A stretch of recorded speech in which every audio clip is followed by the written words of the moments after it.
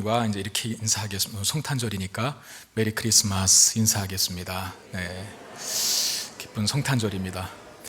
기쁜 성탄의 날에 여러분들과 함께 예배할 수 있게 돼서 감사를 드립니다. 여러분, 이런 질문을 한 번쯤 들어보셨을 텐데, 지저귀는 새, 그 지저귀는 새의 그 지저귀임을 통해 우리는 그 새가 운다라고 하기도 하고 노래한다 라고 하기도 하잖아요. 여러분들은 어떻습니까? 새가 지저귀는 소리를 듣고 그 새가 운다고 하는 것이 맞습니까? 아니면 노래한다 라고 하는 것이 맞을까요? 동양 사람들은 보통 운다고 합니다. 우리가 동양 사람들이죠. 무슨 정서가 있어서 그런지 모르겠지만 우리는 운다, 시 같은 데 보면 새가 운다라고 하는 말들이 많이 있습니다. 근데 서양 사람들은 노래한다 그렇게 해석한대요. 그러니까 우리가 동양 문화권 사람인가 아니면 서양 문화권에 속한 사람인가에 따라서 동일한 현상을, 새가 쥐저귀는 그 동일한 현상을 정말 대조적으로, 그러니까 우는 것과 노래하는 것은 다르지 않습니까?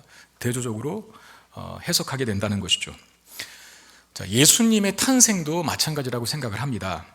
어떤 사람에게는 이 날이 한없이 기쁘고 반가운 날일 수 있지만 우리가 그럴 수 있잖아요. 근데 또 어떤 사람들에게는 그냥 아무 의미 없는 날이죠. 그냥 하루 쉬는 날, 빨간 날, 소위 이야기하는 또 공휴일, 그 이상도 이하도 아닌 날로 그렇게 인식을 합니다. 중요한 건 여러분들이 각자가 어떤 반응을 이 성탄절에 보이느냐가 내가 하나님께 속한 자인지 아니면 그렇지 않은 자인지라는 것을 어떻게 보면 알 수 있게 하는 아주 하나의 중요한 증거가 될 수 있다는 거예요. 나에게 성탄절은 어떤 반응을 일으키는 날인가 하는 질문을 우리 스스로에게 계속 던지면서 오늘 본문 말씀을 들었으면 좋겠습니다. 오늘 본문은 예수님의 탄생을 기록하고 있는데, 본문의 이야기는 아기 예수께서 나셨을 때 동방 박사들이 예루살렘에 도착했다라고 하는 것을 이야기하는 것으로 시작이 됩니다. 1절에 보니까 헤롯 왕 때에 예수께서 유대 베들레헴에 나심에 동방으로부터 박사들이 예루살렘에 이르러 말하되 그랬습니다. 자, 여기 동방으로부터 온 박사들이다. 우리가 동방박사라고 하는 말 많이 들어봤잖아요. 이 사람들을 말하는데 이 동방으로부터 온 박사들이 누군가라고 하는 것인데, 아마도 뭐 여러 가지 학자들의 견해가 있지만 아마도 바벨론 출신의 제사장들이다라고 그렇게 이해할 수 있죠. 오늘날 이라크 쪽이죠, 바벨론이.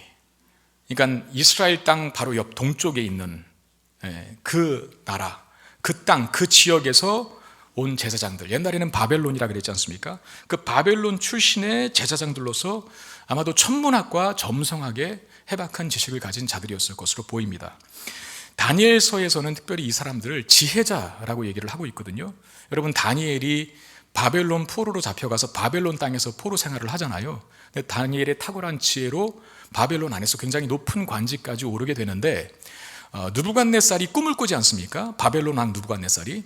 근데 꿈꾼 내용도 안 가르쳐주고 꿈을 해석하라고 하니 내가 무슨 꿈을 꿨는지도 알아맞혀보고, 그리고 알아맞혔으면 그 꿈의 내용이 뭔지도 해석해라 라고 하면서 뭐 바벨론 술사들, 애굽의 술사들 다 불러대거든요. 그러니까 그 모든 사람들, 뭐 술객, 뭐 술사, 이런 말들을 표현해서 동원하면서 그 느부갓네살의 꿈을 해석하기 위해서 온 사람들이 있는데, 그 사람들을 한마디로 다니엘서에서는 지혜자들이라 그랬어요. 그러니까 다니엘도 그 지혜자 중에 한 사람이었는데, 그러니까 오늘 본문에 등장하는 동방 박사들이란 무슨 뭐 엉터리 마술사들도 아니고 점쟁이들도 아니고 그냥 무슨 무당 같은 사람이 아니라 당시에 그 천문학의 별자리를 보는 천문학과 점성술에 굉장히 뛰어난 지식을 갖고 있는 엘리트였다는 겁니다. 이들이 멀리 동방에서 예루살렘까지 오게 되는데 그 이유가 뭔가 하는 겁니다. 왜 예루살렘으로 동방에서부터 왔을까 하는 건데, 2절에 보니까 유대인의 왕으로 나신 이가 어디 계시냐, 우리가 동방에서 그의 별을 보고 그에게 경배하러 왔노라 그랬습니다. 자, 동방 박사들이 유대인의 왕을 찾는데, 이 표현을 꼭 기억하십시오. 유대인의 왕이라고 하는 표현은 이방인들이 메시아를 이야기할 때 쓰는 표현입니다. 유대인들이 아니라 이방인들이 메시아를 이야기할 때 유대인의 왕이라고 하고, 그럼 유대인들은 메시아를 이야기할 때 뭐라고 할까요? 우리가 아는 건데 다윗의 자손이라고 합니다. 유대인들이 메시아를 이야기할 때는 다윗의 자손이라고 하고, 이방인들이 메시아를 이야기할 때는 유대인의 왕이라 그렇게 얘기를 합니다. 왜 이방인들이 메시아를 알게 되었을까 하는 점을 우리가 또 질문을 할 수 있겠죠. 여러분, BC 587년에 남유다 왕국이 바벨론 제국에게 망합니다.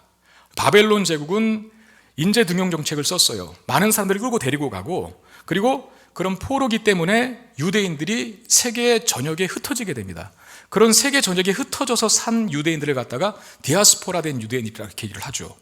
그러니까 이방 전역에 흩어졌고 특별히 바벨론 땅에 머물면서 포로 생활을 하고 있는 이 유대인들을 통해서 메시아 사상이 이방인들에게 전파되기 시작합니다. 그러니까 여기저기 흩어져서 세계 전역 이 나라 저 나라에서 흩어져서 살던 유대인들이 우리는 끝난 게 아니다 라고 하면서 반드시 저 유대 땅 우리나라에 메시아를 하나님께서 나게 하실 텐데 그 메시아를 통해서 유대 나라를 재건할 것이고 유대인들을 구원할 것이고 그리고 세상이 그 메시아로 인해서 축복을 받게 될 것이다 라고 하는 이 메시아 사상이 흩어진 유대인들을 통해서 세계 전역에 알려지게 돼요. 그래서 이방인들 중에도 메시아 하면 유대인의 왕이다 라고 하는 인식을 가질 수 있게 된 것이죠. 이런 이해 속에서 동방에서 온 박사들이 유대인의 왕을 찾는 거예요. 동방 박사들은 유대인이 아니지 않습니까? 이방인들이니까 그걸 알고 유대인의 왕을 찾아온 겁니다. 그리고 그 이유를 동방에서 별을 보았기 때문이다. 아까 이들을 천문학자라 그랬지 않습니까? 그러니까 특별한 어떤 별의 움직임을 통해서 특별한 천체 현상을 보면서 메시아가 태어날 것을 예측했다는 거죠. 그러니까 동방 박사들이 예루살렘으로 오기까지, 그 먼 곳에서 예루살렘으로 오기까지 이미 유대인들은 메시아가 태어났다는 사실을 알고 있었을 것이다 라고 생각하고 예루살렘으로 온 거예요. 먼 동네에 살았던, 먼 나라에 살았던 이방인인 자신들도 메시아가 태어난 걸 별자리 움직이고 몰고 알았는데 설마 유대인들이 모를까? 그러고 온 거죠. 알 줄 알고. 근데 이게 웬일입니까? 정작 유대인들은 유대인의 왕인 메시아, 즉 예수님의 탄생을 알고 있습니까? 모르고 있습니까? 모르고 있었다는 거예요. 자, 3절에 헤롯 왕과 온 예루살렘이 듣고 소동한지라 그랬어요. 유대인의 왕에게 경배하러 왔다는 동방 박사들의 말을 듣고 그때 당시 유대 땅을 관할했던 헤롯 왕과 그리고 수많은 유대인들이 큰 소동과 혼란을 겪었다라고 얘기해요. 메시아가 왔다고? 왔대? 이방인도 아는데 정작 그들은 모르고 있는 이 황당한 사건, 이 황당한 현상이 지금 본문에 기록되고 있는 겁니다. 여러분, 당시 유대 종교자들과 이스라엘 백성들이 얼마나 영적으로 둔감해져 있고 무뎌져 있는지를 알게 해주는 대목이죠. 이방인들도 메시아가 온 걸 아는데 정작 유대인들은 모르고 있는 그 모습을 보면서 저들이 얼마나 영적으로 무지해 있고 무뎌졌는지 알게 하는 대목이라는 겁니다. 여러분, 이런 이스라엘의 영적 무뎌진 상태가, 영적인 예민함과 민감함을 다 잃어버린 이 상태가 예수님께서 예루살렘 성전에서 소란을 피우신 사건을 통해서도 확인되는데, 예수님께서 예루살렘 성전에 들어가셔서 장사하는 자들을 내쫓고 또 환전상들과 그리고 짐승을 파는 자들의 그 상을, 자판을 다 뒤집어 엎죠. 소란을 피우십니다. 왜 그랬을까요? 그 예수님께서 예루살렘 성전에 들어가서 소란과 난동을 피우시는 사건 그 바로 앞에 무슨 사건이 있냐면, 예수님께서 한 무화과 나무를 보시고 거기 열매가 있을 것이니 우리 배고프니까 열매 먹자라고 하면서 열매를 따오라고 제자들에게 시킵니다. 근데 가봤더니 열매가 있어요, 없어요? 없습니다.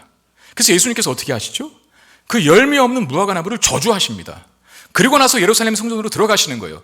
들어가셔서 막 뒤집어 엎고 그냥 난동을 피우시고 나오십니다. 나오셔서 이제 지나가시는데 제자들이 본 게 있어요. 뭡니까? 아까 예루살렘 성전에 들어가기 전에 열매가 없어서 저주했던 그 무화과 나무가 어떻게 돼 있었죠? 뿌리째 말라 죽어 있었어요. 몇 시간 지났다고 뿌리째 말라 죽습니까? 나무가. 그렇게 되지는 않거든요. 근데 예수님께서 저주하시고 그 다음에 예루살렘 성전에 들어가서 난동을 피우시고 그 다음에 나왔더니 무화과 나무가 뿌리째 뽑혀있는 모습. 그게 말하는 게 뭘까요? 이 열매 없는 무화과가 바로 당시 예루살렘 성전의 모습이었고 이스라엘 백성들의 영적 상태였다는 겁니다. 그야말로 영적인 둔감함에 빠져있는 모습. 그러니까 이방인도 아는 메시아 탄생을 정작 유대인들은 모르고 있는 것 아니겠습니까? 여러분, 우리도 이 영적인 둔감함을 아주 주의해야 돼요. 이게 나도 모르게 찾아오는 거거든요. 가끔씩 뉴스에 보면 목회자들이 사기꾼으로 둔갑돼 있고 또는 성폭력자로 둔갑돼 있고 또는 이상한 사이비 교조가 되어서 나타나는 그런 기사를 접할 때가 있어요. 제가 그런 기사를 보면서 한편으로 굉장히 마음이 아프지만 한편으로 생각해 보는 게 있었습니다. 뭐냐면 저 사람이 처음부터 저랬을까 하는 거죠. 신학교를 저런 마음으로 갔을까? 나중에 사기꾼 되려고 신학교 갔을까? 나중에 사이비 교주 되려고 목사 안수 받았을까? 그런 생각을 해보게 되는 거예요. 분명히 아니라는 거죠. 뜨겁고 순수한 마음으로 신학교에 갔을 것이고, 신학교 합격 통지 받았을 때 나 같은 죄인이 뭐라고 하나님께서 이 신학 공부하셔서 목회자로 쓰실까라고 하는 어떤 그 큰 감격과 기쁨 속에 합격 통지서를 받았을 것이고, 목사 안수 받았을 때도 마찬가지 아니었겠어요? 정말 뜨거운 눈물을 흘렸겠죠. 내가 감히 뭐라고, 날 구원해 주신 것만도 감사한데 하나님의 교회를 위해서 일하는 일꾼 되게 하셨을까라고 하는 이 황송한 마음, 뜨거운 눈물을 흘리면서 목사 안수를 받았을 거예요. 처음에는 다 그렇게 순수하게 출발했을 텐데 시간이 지나니까 점점 그 순수함을 잃어가고, 이게 하나의 직업이 되고 목회가 하나의 습관이 되다 보니까, 그런 지경에 처해지게 되니까 영적으로 둔감해져서 점점점 본인이 사기꾼이 되어간다는 걸 모르는 거예요. 점점 본인이 사이비 교주가 되어간다는 걸 모르고, 성폭력자가 된 것을 모르고 있는, 그러니까 그 짓 하면서도 여전히 목사직 유지하고 있죠. 제가 신대원 다닐 때 보았던 분입니다. 제가 신대원, 그러니까 신학대학원입니다. 대학원 다닐 때 그때만 해도 한 반에 100몇십 명씩 있었어요. 한 클래스 안에. 그래서 정말 친하게 지내는 사람 아니고서는 같은 반이었어도 잘 몰라요, 누가 누군지. 하도 인원이 많아서. 근데 그 중에 유독 눈에 띄는 한 분이 계셨거든요. 그때는 신학생들이니까 다 서로 전도사님이라 그래요. 유독 눈에 띄는 한 전도사님이 계셨어요. 정말 잘생겼어요. 핸섬하고. 누구 닮았냐면, 이렇게 얘기하면 여러분들이 이해가 쉬울 것 같아요. 오지호 닮았어요. 탤런트 오지호. 별로 취향이 아니십니까? 아무튼 잘생겼어요. 그리고 젠틀합니다. 그리고 아주 스마트해요. 똑똑해. 뭐 깊이 있게 친하게 지낸 건 아니지만 그냥 그 안에, 여러분 그걸 우리 군계 일학이라고 합니까? 갑자기 사자성어가 생각나네. 모든 닭 중에 학, 닭들 중에 학이라는 거, 그렇게 보였어요. 빛이 났습니다. 정말 이미지가 좋았고, 야, 기대가 되었던 분. 저 사람이 나중에 목사 안수를 받고 뭐 교회 개척을 하든 한 교회 담임 목사가 되면 저 교회는 자동적으로 부흥하겠다, 그런 생각이 들 정도로 정말 장래가 촉망되는 분이었어요. 근데 긴 세월이 흐르고 제가 몇 달 전에 우연히 그분의 소식을 간접적으로 듣게 됐는데, 너무 치명적인 실수를 해서 어려움을 당하고 있다는 소식이었습니다. 여러분, 제가 질문 드릴게요. 목회자는 3가지 조심해야 되는, 그게 뭡니까? 첫 번째, 돈. 두 번째, 여자는 마지막에 합시다. 돈, 그 다음에 명예. 이 명예도 참 유혹이 심해요. 그 다음에 여자입니다. 목회자 여자 조심해야 돼요. 그러니까 저한테 자꾸 추파 던지지 마세요. 제 앞길을 방해하지 마세요. 저랑 여성들은 조금 거리를 두고 그렇게 해주시기를 바랍니다. 아무리 제가 좋아도 지킬 선은 지켜야 되는 거예요. 저를 위해서. 그러니까 이 전도사님이, 그때 당시 전도사님이었어요. 정말 장래가 촉망되는 분. 2가지 문제에 걸린 거예요. 여자와 돈에. 얼굴값 한 거죠. 처음에는 안 그랬을 텐데, 분명히 순수하게 아름답게 목양일념 오직 예수 그러면서 나갔겠죠. 시간이 지나자 점점점 변질되는 거예요. 무뎌지는 거예요. 영적인 부분에 있어서 그 민감함과 예민함을 다 잃어버리고, 그러니 본인이 그런 죄의 올매에 걸리고 있는 그 사실 자체도 모르는 거죠. 결국엔 나중에 잠적했어요. 목회를 포기해야 하는 상황에 처하게 되었다라고 하는 이야기를 들은 적이 있습니다. 여러분, 이게 목회자만의 문제입니까? 영적으로 무감각해지는 문제가 아닙니다. 성도들도 영적인 둔감함에 빠지면 세상과 똑같아집니다. 허울뿐인 신앙만 유지하게 된다는 거예요. 여러분, 우리가 세상 사람들과 다른 점이 단지 주일날 10시나 12시나 뭐 1시나 이렇게 시간 되면은 성경책 옆구리에 끼고 교회 오는 거, 그것만을 가지고 나는 세상 사람과 다르다라고 어떤 구별점을 찾는다면 그건 아니죠. 예수를 믿는 것이 단지 다른 게 그겁니까? 주일날 8시, 10시, 12시 셋 중에 하나 선택해서 예배 나오는 것으로 내가 그리스도인이다라고 하는 것을 여러분들이 증명하는 하나의 요소로 삼을 겁니까? 그런 법은 없습니다. 왜냐하면 예수를 믿으면 인생관이 달라지는 거거든요. 예수를 믿으면 가치관이 달라지고 물질관이 달라지고 사람을 보는 인간관도 다 달라지는데, 어떻게 그 다른 점이 주일날 예배 시간 되면 옆구리에 성경책 읽고 오는 것밖에 없냐 말이죠. 그런 법은 없다는 거예요. 분명히 다른 점이 있다는 거죠. 그런데도 불구하고 세상 사람들과 똑같이 보이는 이유가 있어요. 무뎌져서 그래요. 영적으로 게을러져서 그래요. 자신도 모르게 영적인 무뎌짐과 게으름에 빠지게 됩니다. 여러분, 하나님을 잃어버리면 아무것도 의미가 없습니다. 하나님을 잃어버린 예배가 예배입니까? 하나님을 잃어버린 예배는 그냥 쇼입니다. 우리만 모였다 그냥 흩어지는 거예요. 하나님을 잃어버린 찬양은 그냥 노래 부른 겁니다. 하나님을 잃어버린 기도도 있어요. 그건 자기 성찰에 불과한 거죠. 인격 수양. 하나님을 잃어버린 일상은 불신자들과 다를 바 없는 삶을 살게 합니다. 제가 이 강단에서 하나님 말씀을 전하지만 설교도 마찬가지예요.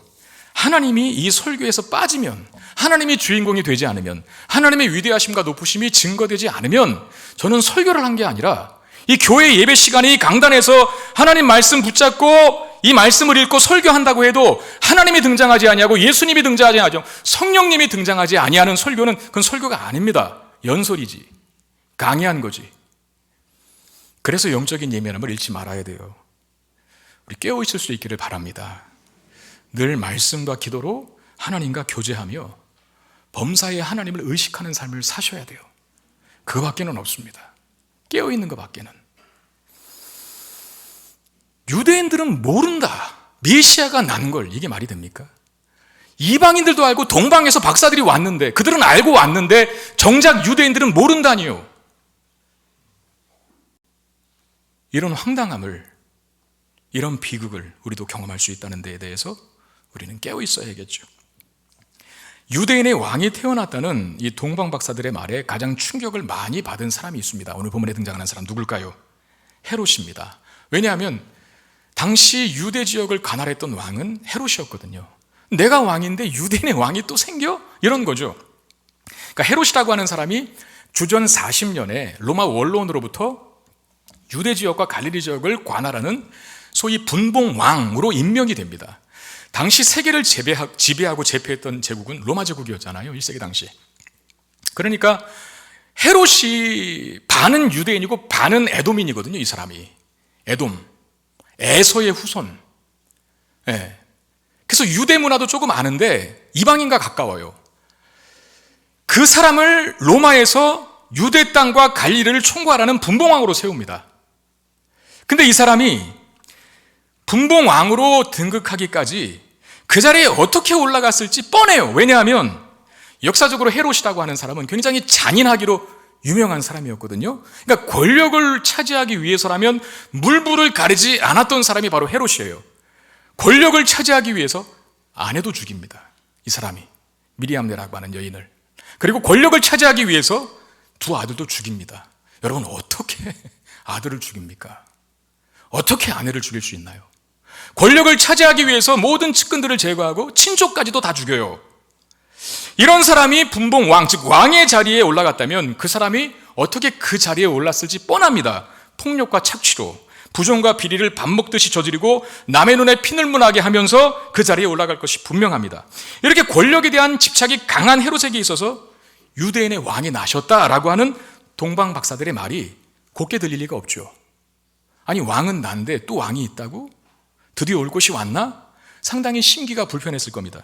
자신의 자리를 잃을 수도 있다라고 하는 두려움이 몰려오지 않았겠습니까? 이런 헤롯의 다음 행동이 뭡니까? 이런 헤롯의 다음 행동은 무엇이었? 당연히 그 왕을, 싹수를, 유대인의 왕으로 태어난 그 사람을, 그 아기를 죽이려고 하겠죠. 오늘 우리가 본문 읽었는데 12절까지 읽었지만 바로 그 밑에 헤롯이 아기 예수를 죽이려고 하는 것이 있어요.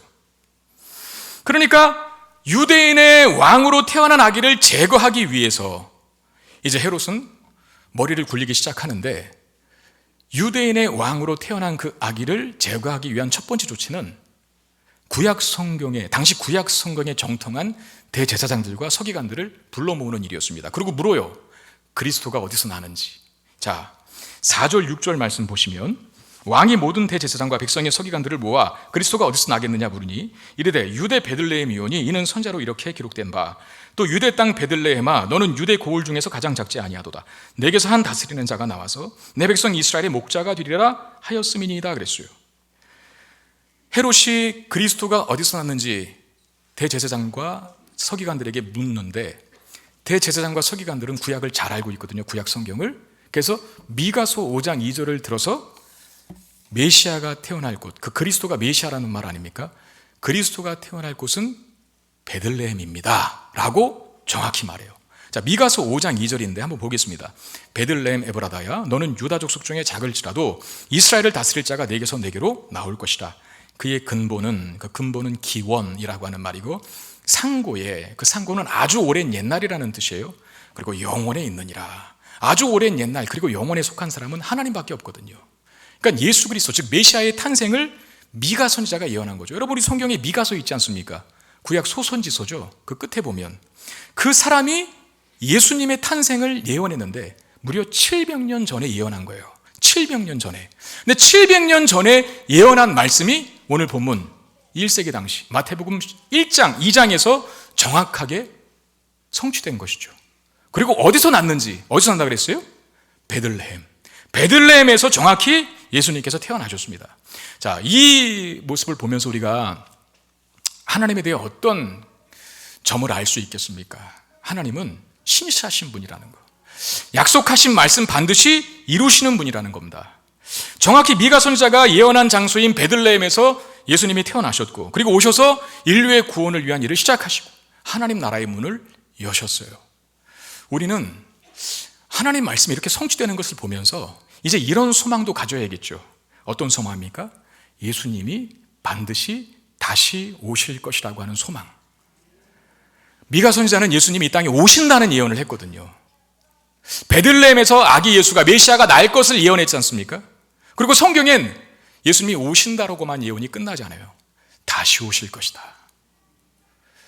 하나님 나라를 2000년 전에 오셔서 시작하셨다면 이제 하나님 나라를 완성하시기 위하여 예수님은 다시 이 땅에 재림하실 겁니다. 선지자들의 말이 성취되는 것처럼 이 하나님의 약속의 말씀, 예수님 다시 오신다는 그 하나님의 약속의 말씀도 반드시 성취될 줄로 믿습니다. 그게 우리의 소망이죠.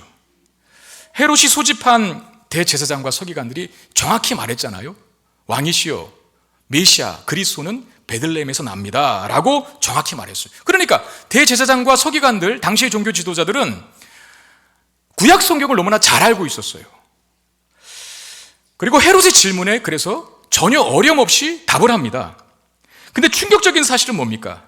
그 대제사장들과 서기관들로 대표되는 종교 지도자들이 베들레헴에서 그리스도가 나실 것을 잘 알고 있었지만 그리스도가 베들레헴에서 나셨음에도 불구하고 그들은 아무것도 하지 않고 있다는 것, 이게 충격적인 겁니다. 왜? 지금 동방 박사들은 이방인인데도 불구하고 동방이라고 하는 바벨론 지역이라고 하는 먼 지역에서 왔거든요. 예수님 경배하러. 그런데 그걸 알고 있는 유대인들인 특별히 종교 지도자들은 아무것도 안 하고 있다는 겁니다. 자, 이론은 뛰어나지만 구약 성경은 빠사하게 알고 있지만 실천은 없는 모습, 종교적인 행위는 하고 있지만 중심에 하나님이 없는 모습을 이들이 대변해주고 있다는 거죠. 여러분, 오늘이 성탄절이잖아요. 성탄절을 맞는 여러분들의 마음은 어떻습니까? 혹시 어젯밤에 내일 주일에 성탄절인데 그러면서 막 설레서 밤잠을 설칠 분 여기 계십니까? 다른 이유로 말고 내일이 성탄절이라, 그 기쁜 날, 그 반가운 날이 내일이다, 바로 드디어 내일이다라고 하는 그 기대감 때문에 설레이는 마음으로 밤잠을 설치고 이 자리에 오신 분, 손 들어보세요. 없네요. 응? 이제 우리는 늘 하던 것이라 별로 기대감도 없고 심지어는 식상해하고 있을지도 모르겠어요. 제가 여러분들 앞이지만 부끄러운 고백 하나 할게요. 목회자들이 좀 대체적으로 좀 어려워하는 설교가 있습니다. 그게 뭐냐면 절기 설교예요. 뭐 부활절, 뭐 추수감사절, 그 절기 있잖아요. 성탄절도 절기거든요. 성탄절도 그렇습니다. 그러니까 절기에 맞는 설교를 해야 하는 부담이 있어요, 목회자들에게. 그런데 이 절기가 매년 반복되다 보니까 자신도 식상해하고 성도들도 새롭게 들을지를 않을 것이라고 생각을 해서 자신감이 떨어집니다. 그러니까 이런 거죠. 오늘 성탄절인데 목사님 설교 본문 대충 이런 걸 거야 라고 짐작하고 오신다는 거죠. 그리고 분명히 아기 예수 얘기할 걸, 그리고 동방박사 나올 걸 이러고, 그리고 성가대고 뭐 찬양팀이고 다 캐롤 하나씩 할 걸, 이런 예측을 하고 오거든요. 뻔한 스토리, 뻔한 설교 할 것이라고 예상하고 온다는 짐작 때문에 목회자들이 절기 설교를 참 어려워합니다. 저도 마찬가지예요. 저에게도 절기 설교가 부담스럽습니다. 그러다 보니까 그 부담 때문에 정작 성탄의 기쁨을 제가 놓치고 설교 준비를 했어요. 이게 말이 안 되는 건데 사실. 여러분, 성탄절에 하나님 말씀을 전하는 설교자가 성탄의 기쁨에 가득해서 말씀을 전해야지. 설교 준비한다는 그 부담 때문에 성탄의 기쁨은 다 잊어버리고 다 잃어버리고, 설교 준비한다는 부담감 남아서 이 날을 보낸다면, 이론적으로는 빠사하게 알고 있지만 정작 경배하지 않았던 1세기 당시의 유대 종교 지도자들과 다를 게 뭘까 하는 생각이요. 여러분, 올해는 성탄절이 주일이잖아요. 여러분들은 어때요? 성탄절이 주일이니까 좋습니까? 싫습니까? 좋지 않을걸요. 왜? 공휴일이 하나 날아갔는데? 뭐가 좋아요? 공휴일 하나 날아갔는데. 만약에 성탄절이 내일이었으면 내일 또 쉬겠구나 이런 생각 하시잖아요. 성탄절이 만약에 금요일이었다, 놀러 갈 생각 하지 않으시겠어요? 3일 연휴라고 생각하시면서, 주일 예배는 온라인으로 그러면서. 저는 어떨 것 같아요? 성탄절이 주일이라 좋을까요? 싫을까요? 왜요? 맞아요, 좋습니다. 설교를 한 번만 하니까. 작년에 성탄절이 토요일이었어요. 정말 죽는 줄 알았습니다. 금요기도회, 토요일 성탄절, 주일. 제가 그때 아직도 선명하게 기억해요. 그 주일날 성탄절 예배 마치면서 여러분들에게 말했어요. 내년을 기약하자고. 내년에는 성탄절이 주일이니까 한 번만 하면 된다고. 오늘 정말 손꼽아 기다렸습니다. 그날이 오늘. 여러분, 믿지 않는 사람들이요, 성탄절이 주일인 관계로 대체 공휴일을 지정해야 한다고 하는 그런 움직임이 있었다고 합니다. 믿지 않는 사람들이, 성탄절의 의미도 모르는 사람들이 성탄절이 주일이라고 대체 공휴일을 지정하죠. 성탄절을 제대로 보내겠다는 거였어요. 물론 그들은 성탄절의 의미를 알고 제대로 보내겠다는 말이 아니에요. 그들이 제대로 보내겠다는 건 뭐죠? 제대로 흥청망청하겠다, 제대로 쉬겠다, 제대로 놀겠다, 이거 아닙니까? 근데 저와 여러분들은 성탄절이 어떤 날인지를 알죠. 세상 사람들이 대체 공휴일을 따로 지정해서 성탄절을 보내야 한다는 열망처럼, 성탄절이 주일이니 다른 날 한 번 더 모여서 예배하자는 열정들이 우리들에게 있습니까? 오늘 주일이라 성탄절 겹쳤으니까 제가 공포합니다. 내일 11시에 우리 다시 모여서 예배합시다. 그럼 여기 올 사람 한번 손 들어보세요. 있네요. 그래도 제가 안 드릴 걸 아니까, 안 할 걸 아니까 드신 거죠. 우리는 그런 열정도 없어요. 그냥 공휴일 하나 날아갔다, 이래서 아까운 것밖에 없죠.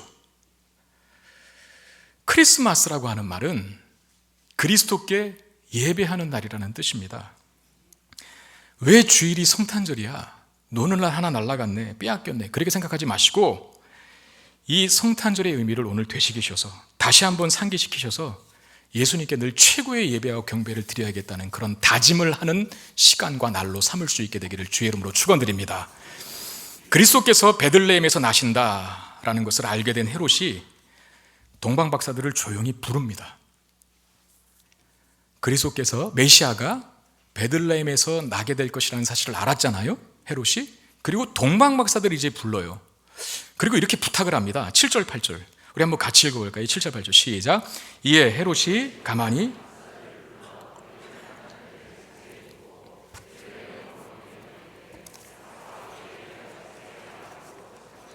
내게 고하여 나도 가서 그에게 경배하게 하라. 동방박사들에게 헤롯이 무슨 부탁을 하냐면, 아기 그 메시아 찾거든, 나에게도 좀 와서 말해달라고. 그럼 어떻게 하겠다는 겁니까? 자기도 가서 경배하겠대요. 이 사실일까요? 가짜일까요? 그죠, 거짓이죠. 사실이 아니에요.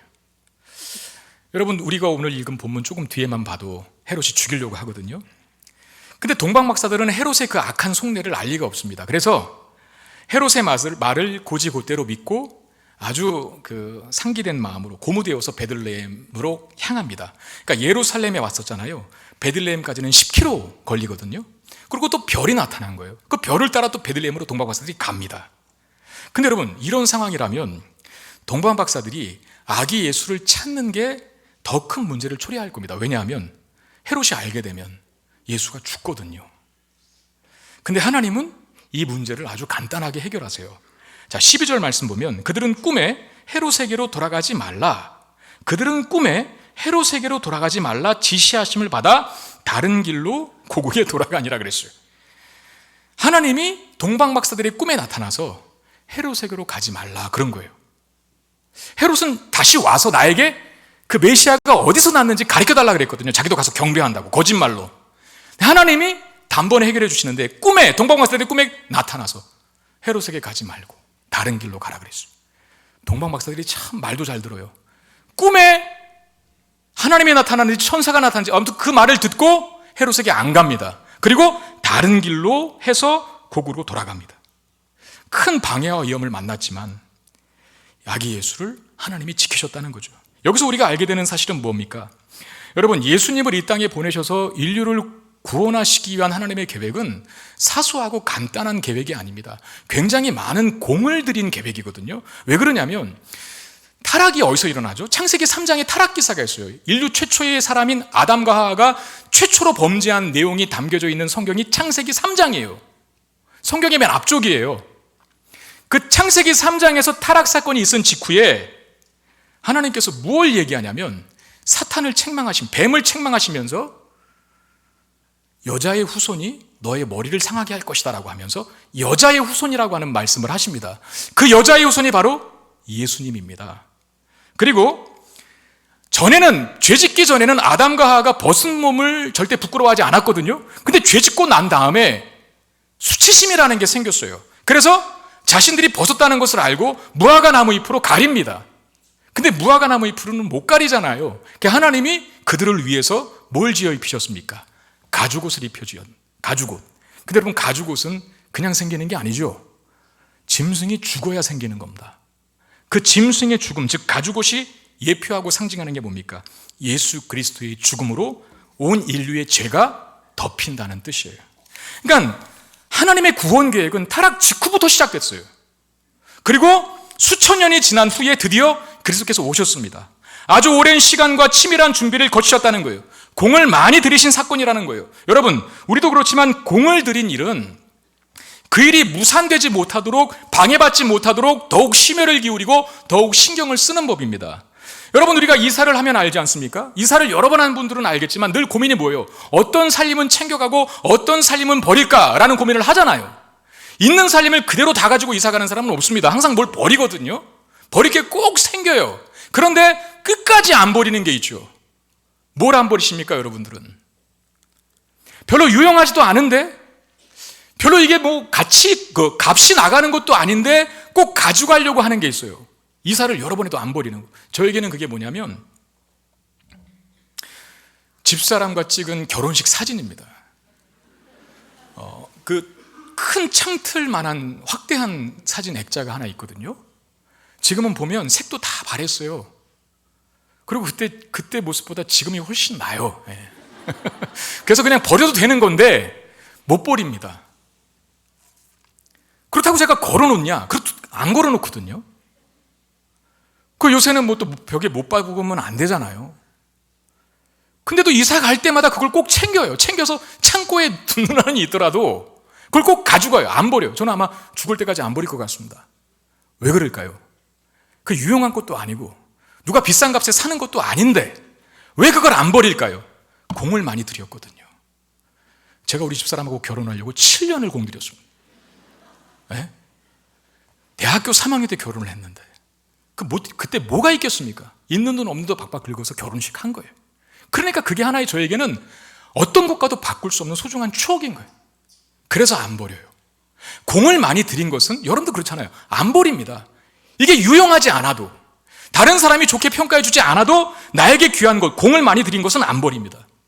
자, 하나님은 우리를 구원하시기 위해서 공을 많이 들이셨습니다. 어떤 공을 들이셨을까요? 아들의 죽음이라는 대가를 지불하셨다는 거예요. 그러므로 우리도 포기하지 않으실 겁니다. 우리를 지키시고 보호하실 겁니다. 우리를 향해 가지신 선한 계획 결코 무산되게 하지 않으실 겁니다. 이 사실을 믿고 여러분 어떤 상황에서든지 안심할 수 있게 되기를 주의 이름으로 축원드립니다. 헤롯이 방해하려고 했지만 꿈 한 번으로 모든 상황을 평정하시는 하나님의 능력과 지키심이 보이지 않습니까? 드디어 동방박사들은 별의 인도를 받아서 예수님이 나신 곳에 도착합니다. 그리고 그들은 아기 예수께 경배합니다. 11절, 집에 들어가 아기와 그의 어머니 마리아가 함께 있는 것을 보고 엎드려 아기께 경배하고 보비압을 열어 황금과 유향과 몰약을 예물로 드리니라. 자, 세 가지 예물 뭐였습니까? 황금, 그 다음에 유향, 그 다음에 몰약입니다. 여러분 이 세 가지 의미를 알면 예수님께 왜 이 예물을 드렸는지를 알 수 있게 돼요. 자, 황금은 왕에게 드리는 합당한 선물입니다. 자, 예수는, 동방박사들이 예수를 뭐라 그랬어요? 유대인의 왕이라 그랬어요. 예수님은 맞습니다. 유대인의 왕이시고 온 인류의 왕이십니다. 황금을 드림으로 그걸 인정해 드리는 거예요. 그리고 유향은 성전에서, 예루살렘 성전에서 제사장들이 예물, 제물과 함께 태울 때 사용했던 거예요. 그걸 부으면 태울 때 엄청난 향기가 나요. 향기가. 하나님과 인간 사이에 궁극적인 화해를 가져오실 위대하고 완전한 제사장이신 예수님을 말하는 거예요. 유향이라는 게. 유향이 성전에서 제사장들이 썼던 물건이니까 하나님과 인간 사이에 막혀진 담을 허물고 하나님과 인간 사이의 관계를 회복하시는 온전하고 위대하고 유일한 제사장이신 예수 그리스도를 뜻하는 것이죠. 그리고 마지막 세 번째 선물이 몰약이었습니다. 몰약은 시체를 방부 처리하는 데 사용된 물건입니다. 그러니까 썩지 않도록 하는데, 여러분 예수님의 죽으심으로 우리가 생명을 얻게 되었습니다. 이런 예수님을 알고 있다면 우리는 마땅히 경배해야겠죠. 우리의 진정한 왕이신 예수님, 우리를 위해서 진정한 제사장 되어주신 예수님, 우리를 위해서 진정 자기 생명을 아끼지 아니하시고 십자가에 죽어주신 예수님을 안다면 어찌 우리가 그 예수님 앞에 경배하지 않을 수 있겠습니까?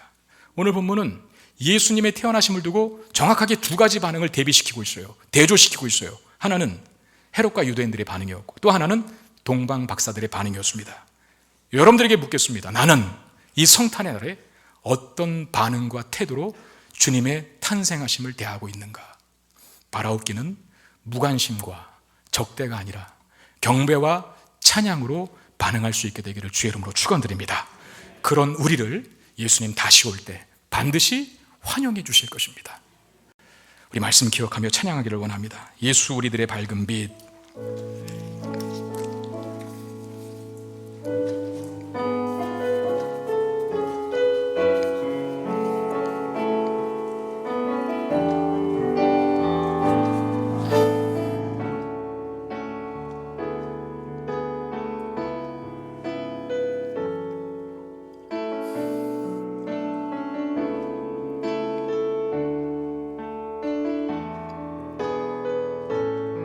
예수 우리들의 밝은 빛. 예수 우리들의 밝은 빛. 은혜와 긍휼을 베푸시는 주, 그의 길을 따라가는 주의 자녀들에게 항상 밝은 빛을 비추시네. 그는 구원의 주 하나님, 공의로 세상을 다스리시네. 주를 경외하는 자들에게 부어주시네. 놀라운 주님의 영광. 하늘에서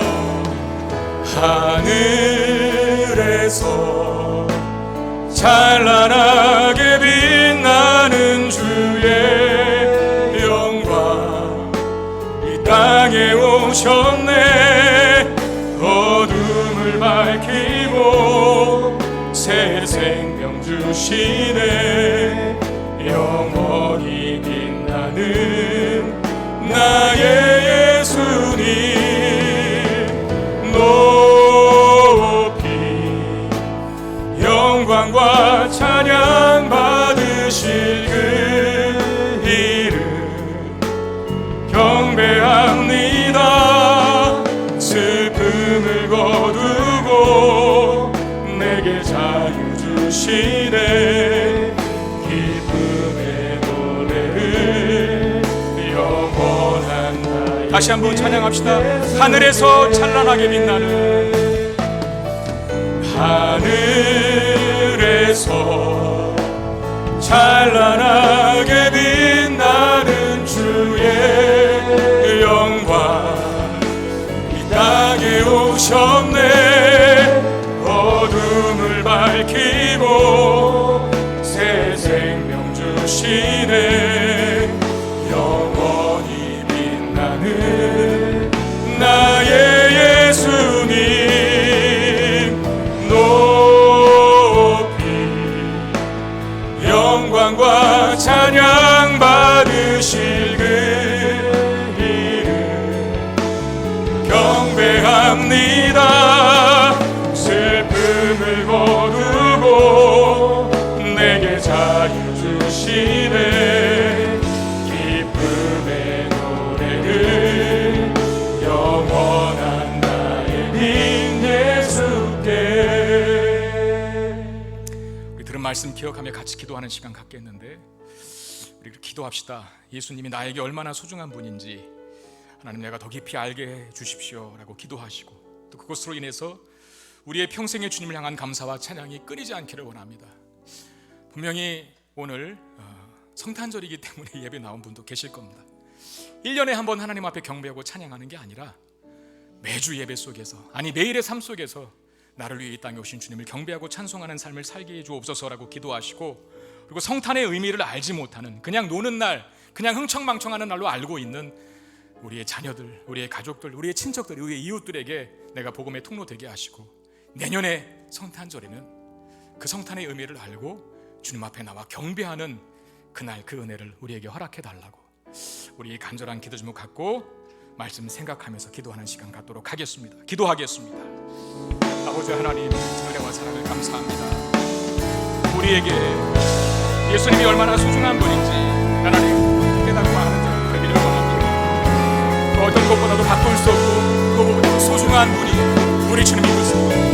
생전부를 준다 해도 바꿀 수 없는 분이 나의 예수님이십니다. 나의 보배요 나의 존귀한 분이십니다라고 고백할 수 있고 인정할 수 있는 우리가 될 수 있도록 하나님 도와주시옵소서. 그 어떤 것과도 바꿀 수 없는 소중한 분이 예수, 그 믿음 우리에게 허락하여 주시옵소서. 나에게 허락하여 주시옵소서.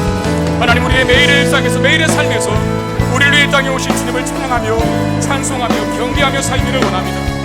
성탄절에 단 한 번, 딱 한 번 1년에 예배드리는 자가 아니라 52주 예배하며 더 나아가서 매일의 삶 속에서 매일매일 나를 위해 땅에 오셔서 목숨을 주시고 생명을 주신 그 주님 앞에 하나님 경배와 찬양으로 나아갈 수 있는 우리가 되기를 원하오니 주여 역사하여 주시고 우리의 마음에 가장 구배로 주님 자리 잡아 주시옵소서.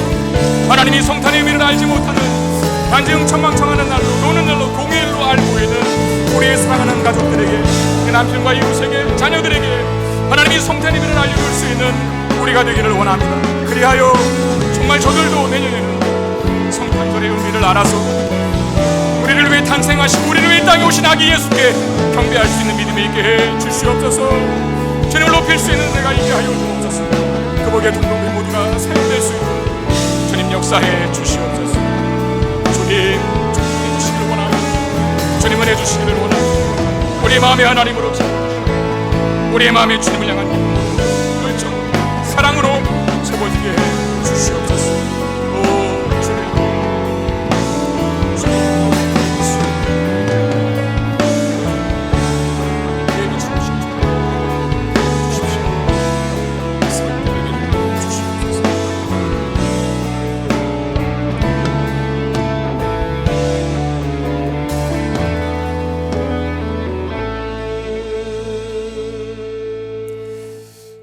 하나님, 우리의 인생 속에 우리가 받은 최고의 축복이 있다면 내가 예수님을 알게 된 것, 믿게 된 것, 그것이라고 주저없이 망설임 없이 고백할 수 있는 우리가 되게 해 주시옵소서.